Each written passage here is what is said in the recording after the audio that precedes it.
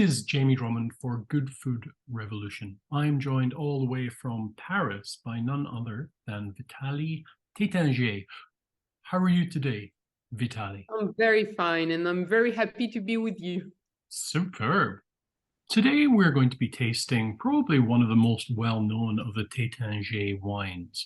I'm tasting this in a wine glass, which may be a little bit sacrilegious for Vitalie over there, but are you okay with me tasting this in a wine glass? Oh yes, of course. Okay. You're free. I think that the most important is the pleasure you have. Yes, yes, yes. And And then after, this is always a debate, but I think that large glasses allow the wine to express. and you have quite the compromise there. That's like a half a champagne flute, half a wine glass. Yeah. Yes, because I love to share the winey experience and also the elegance of a long glass. Yes, yes, yes. I hear you. Now, we're going to be tasting, as I said, the Brut Réserve right here. This is the non-vintage. You have the new packaging there, which is I have the new packaging. something. Yep, we'll be getting that soon. Yeah, I like that. Yeah, it's much more defined. Yes, and then you have that. What's that red? It's red on the inside of the capsule there. Yes, inside the neck. Yes.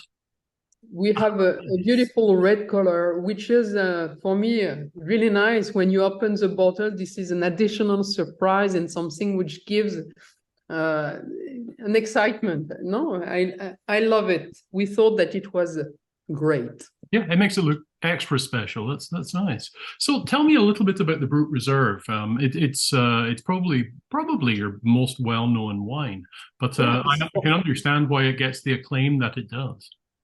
For us, the Brut Réserve is the most important wine, Right? Because it represents 80% of the production, the whole production, and this is a wine which is going everywhere into the world. So when you have somebody who is an amateur of Taittinger, he can go wherever he wants. He will find this bottle, and that's why for us this is very important to make it perfect each year.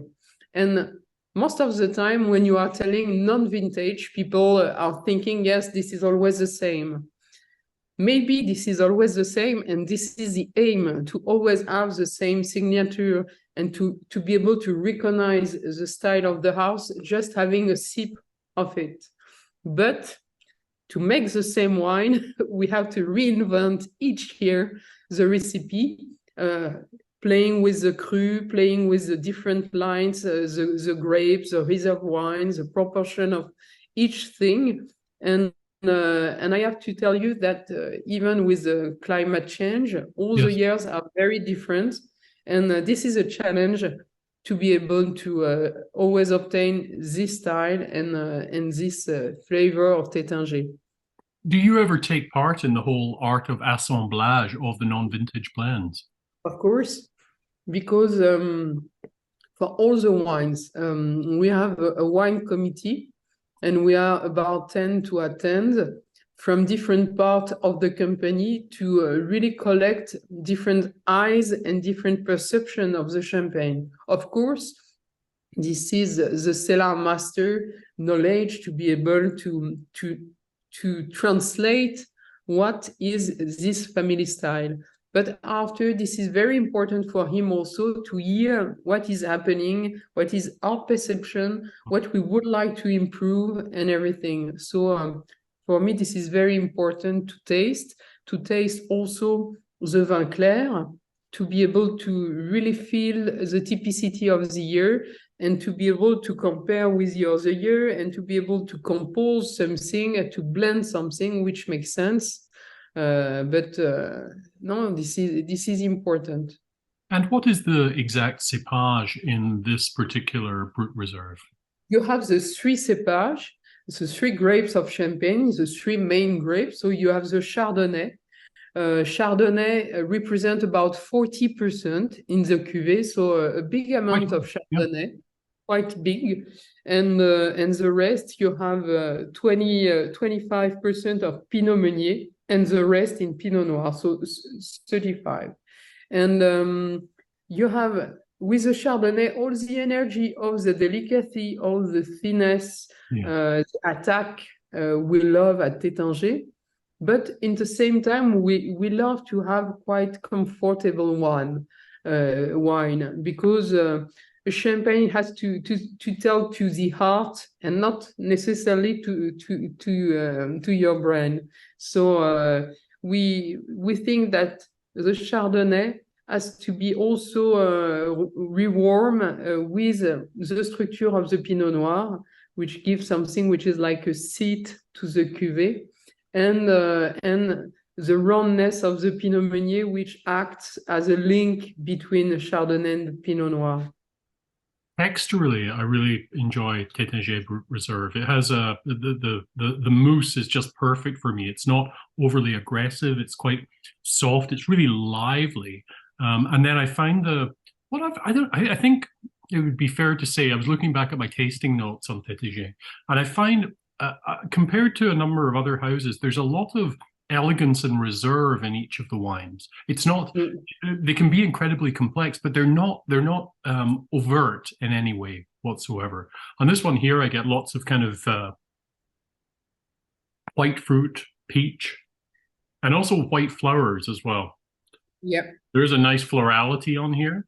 But I don't ever find on this wine, I don't ever find the autolytic character to be overwhelming in any way. There is a kind of toasted brioche thing going on in here, which is very appealing in the champagne. Very appealing, and which is also the mark of a champagne which stay quite a long time on the lee. Yes. And for us, this is very important to keep our cuvée and the non-vintage also at minimum 3.5 years in our cellars, and we even prefer to keep it 4 years. Right. Because it gives, the time gives to the wine something which is about the complexities. Everything is well balanced and well mixed, and you have something which is a kind of monolith. Very nice. So for us, this is important. And we have this toastiness thanks to the time. Now, a question for you, and it's one that I always find quite fascinating about where to place a wine like this at the dinner table, or not, as the case may be. Now, you have been working in an ambassadorial role for so many years now for your family's house, and you must have done so many winemakers' dinners and receptions and tastings.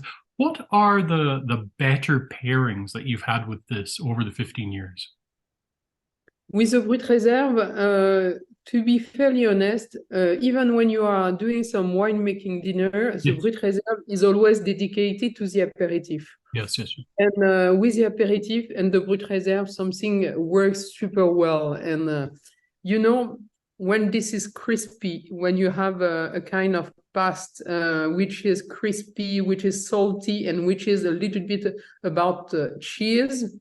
Oh, like hors d'oeuvre. Yes, you have something which is very comfortable, and this is me. If you ask me, I love that. Or with some pâté croûte, or something which is not necessarily super elegant, but just about warm and familial, and I love it with the Brut Réserve. And I think you don't have to try to find something super complicated. This is an obvious one which works with things that are the most simple. And even a good chips or something like that, it works well. Good fries. Fries, this is wonderful. I can see that. Well, Vitalie, thank you very much for joining us at Good Food Revolution today. Really appreciate your time. And hopefully at some point in the not too distant future, we can share a glass of champagne over here in Ontario.